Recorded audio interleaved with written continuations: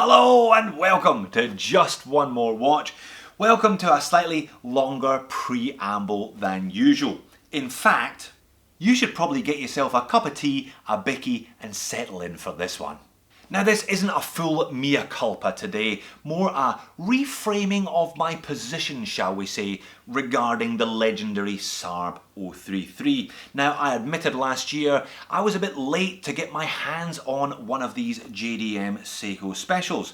I only got one in for review after they had been discontinued for a number of months. A local New South Wales based subscriber, Joe, was kind enough to post me his SARB 035, the white dial cream dial model, and I really quite enjoyed it. I'd always thought that I would go for the cream dial 035. I'm a bit of a contrarian if you hadn't already guessed, and I don't have any cream/white dial watches in my collection at the time. Now I spent a couple of weeks with it. Didn't overuse it. You don't want to get a loaner watch from a subscriber and use and abuse it too much, but I felt I got a reasonable handle on the watch and I made this video. You can still buy a SARB 033, 035, but should you? My conclusion in that video was probably not, and I gave two main reasons why I thought you were better hanging on to your cash. The first reason was that I felt that there was better value to be had further up the Seiko JDM ladder. The watch that I specifically referred to as offering better value than the SARB was the SARX 043. Indeed, I went on to buy the SARX 043 and I love it. If you're interested in that watch, I'll pop a link up there. You can click on that one for the full review video. The second reason why I thought you were better hanging on to your cash than stumping up the readies for the inflated prices people are now charging for these SARBs was exactly because the prices are inflated. As a proud Scotsman, it hurts having to pay more money for something today than you would have had to if you'd bought it yesterday. Oh, if only I had bought it yesterday. I had the SARB in my cart on eBay and various other websites on more than one occasion, but didn't pull the trigger. And that $100 to $150 increase in price after discontinuation was going to hurt me a bit too much to bite the bullet and buy one. But that's exactly what I have done. So why the sudden change of heart then? Why did I stump up the readies for a SARB 033? Well, again, two things happened. The first was that I bought the SARX 043. I did indeed investigate what lay further up the Seiko JDM ladder. Now the SARX is a fantastic watch. I really do enjoy it and it's a dead set keeper in my collection. But the SARB does certain things better than the SARX. In fact, it does certain things that the SARX doesn't do at all. The second factor that has led me to my turnaround in positioning is that I got to spend some extended wrist time with the black dial model, the 033. Now this black dialed SARB 033 has a touch of magic about it, I think. It's got that je ne sais quoi, it's got that X factor, that little added extra that the white dial cream dial model I don't think does have. I spent a couple of weeks with one around Christmas time and I decided that I had to buy one. I had to add one to my collection, and that's what I've done. Now you can still buy them. They've been discontinued for some time, but there are still plenty of them out there. Mark from Long Island Watches, he got a fresh batch into his store recently and he did an interesting video about the serial numbers. Seiko clearly have a fairly lengthy production line, so when they cut off the head there's still plenty of parts in the pipeline to make additional watches, and I think that's what we're seeing now. We're seeing the tail end of the production chain, which is not going to last forever. They're going to run out eventually. You can still buy them on Amazon. Indeed, I've had them in my Amazon store in the description of the video for many long months. Now, I bought this one direct from Japan. I bought it from a proxy buying service called Buy.com. I think eventually we're all going to have to head to Japan to these specific JDM outlets to pick up these watches. It makes sense, doesn't it? As the supply in the West dwindles, you're going to have to head to the homeland, the land of the rising sun, and pick one up there. I'll leave a link to buy in the description of the video also. All right, Jody, enough bloody waffle. Let's get into this one and I'll tell you exactly what it was that I found so appealing about this little SARB that I had to add one to my collection, and I've hardly had it off my wrist since I did. So how was your cup of tea then? I spent so long talking in that intro that mine went cold.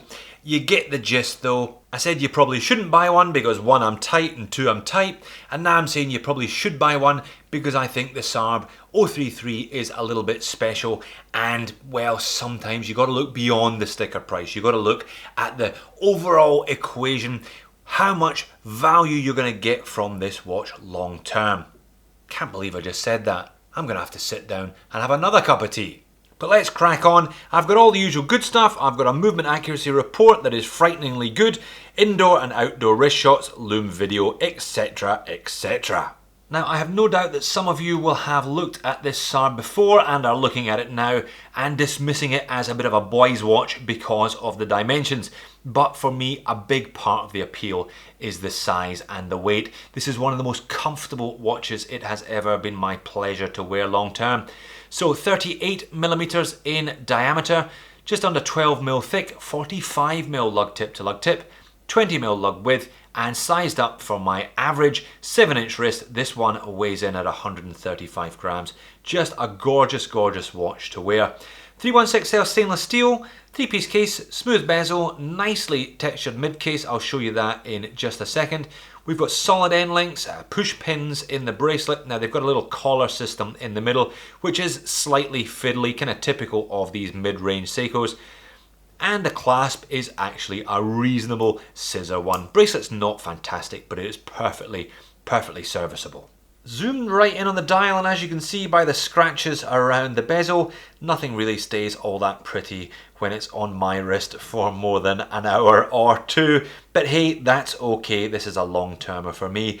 Kind of classic Seiko, clean design on the dial, applied indices, double baton at 12, singles everywhere else. Nice frame around the colour matched date wheel at the 3 o'clock. We've got a minute track and a fifth of the minute track. Fifth of the minute track is somewhat unnecessary because it's not a chrono. It would look a little bit cleaner apart from that. The classic automatic in the script that some people like, some people don't like. That's just part of the watch as far as I'm concerned. 23 jewels, and it's got Japan 6R15. Perhaps you can just make that out underneath the 6 o'clock index. I'll just tweak the time to show you the handset. So Dauphine hands, but there is a center ridge coming down them, just adding a bit of texture and interest. And you've got this lovely needle hand, literally a hole in the back. You could thread that counterbalance, it looks like, almost. And loom. One of the big pleasures of wearing this SARB has been the thoroughly usable loom. Now everyone knows that Seiko's Lumi Bright is fantastic. You kind of get disappointed when you're not wearing a Seiko on your wrist, unless of course you're wearing a Rolex with Chromalight. But there is ample and very usable loom on the SARB. Definitely one of the advantages in picking up one of these over the Sarks or some of the other JDM Seikos that I originally suggested you buy. They don't have loom. This one does, and it's great. And the finishing on the case really is quite nice. High polished side, you've got that Seiko S on the fairly rudimentary little crown there, but at least they've signed it. And there's a nice step, so quite a smooth step up to the brushed lug. Obviously this would have been more appealing at $320 than it is at the current price of $400 and something, but it's still a nicely finished watch. Now the bracelet is okay, as discussed, plenty of scratches, brushed finish to it. There's a little chamfered polished edge on the end. Now if you are going to refinish this one yourself and try and take some of the scuffs and scratches out that have accrued over time, it's going to be a bit tricky because of that chamfered edge. It's going to be difficult to get a smooth and consistent finish with this one. Now integration of the bracelet and the case, not all that special. It doesn't really look like they were designed for each other all that well. If this one isn't your bag though, there are plenty of alternatives from companies like Strapcode. Strapcode do a bunch. Perhaps I will invest in a Super Jubilee in the weeks and months to come. Embossed Seiko logo stamped into the clasp. Safety pushers, I've had no issues with it. One thing is though, there's a bit of a gap on the back end of the clasp. Again, not all that fantastic, but haven't caught it on too many things. I can cope with it. And you've only got 2 micro adjust holes there, so you better get it right.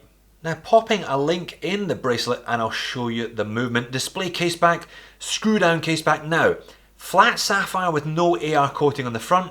Just hard legs on the back though, so be careful you don't scratch that if you've got particularly prickly arm hairs. Anyway, screw down case back, giving this one 100 meters of water resistance. No screw down crown, but enough seals in here to keep everything sweet. Usual spec sheet round the back, made in Japan, Diashock 23 dual movement, automatic stainless steel, and that 100 meters of water resistance.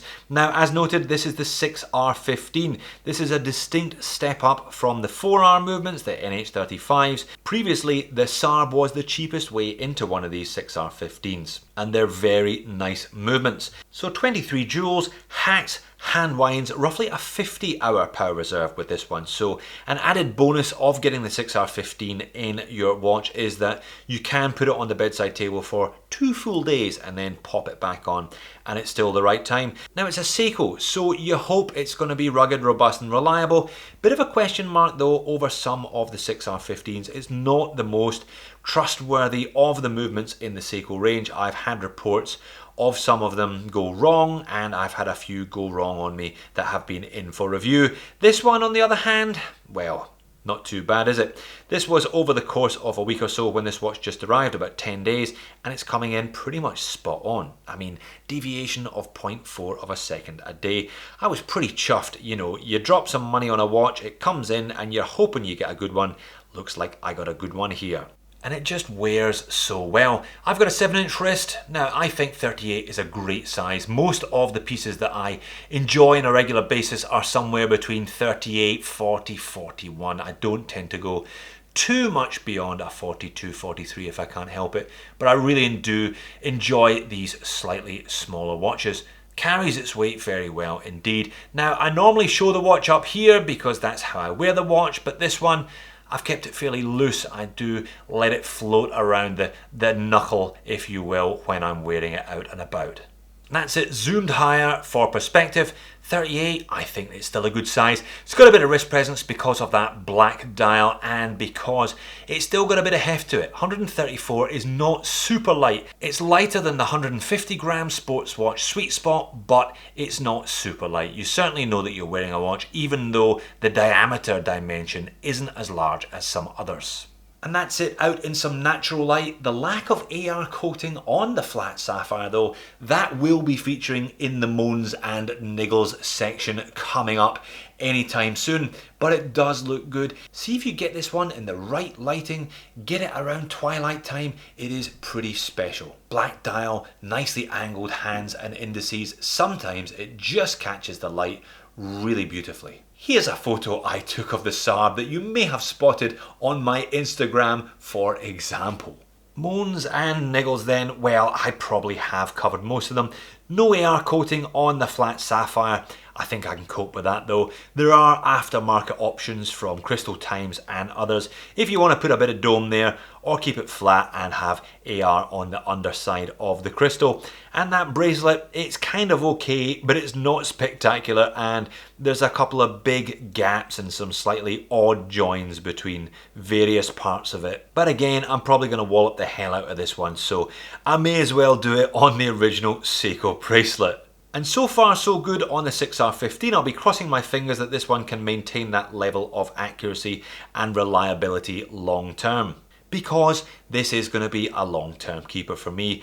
I've only had it a month, but it has quickly found a place on my wrist. It's the one that I come home and put on, or I put on before I go to bed, or quite often I don't take it off.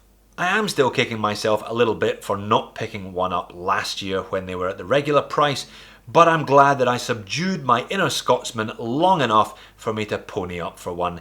Even at the higher discontinued prices, I suspect it's going to be worth it long term, and I'm soon going to forget about the $100 difference. So there you have it. As much as it hurt me stumping up an inflated price tag to buy one of these SARBs, I felt I just had to do it. There isn't anything quite like it in the Seiko lineup at the moment. There isn't really an awful lot else out there at the size, at the price, with that level of movement, reasonably wearable bracelet, decent lume, sapphire crystal, etc, etc. Probably the most comfortable watch that I have ever owned and worn. Now that is a fair accolade. It really ticks a lot of the boxes for me in terms of the size, the weight, the practicality, the lume, the decent movement, the sapphire crystal, etc, etc. So as much as it pained me to cough up more than I would have had to have done last year, I think it's probably a decent long-term investment. That's how I'm looking at it anyway. That's probably how you should look at it too if you're interested in buying one of these before they vanish. Thanks for watching. See you in a future video.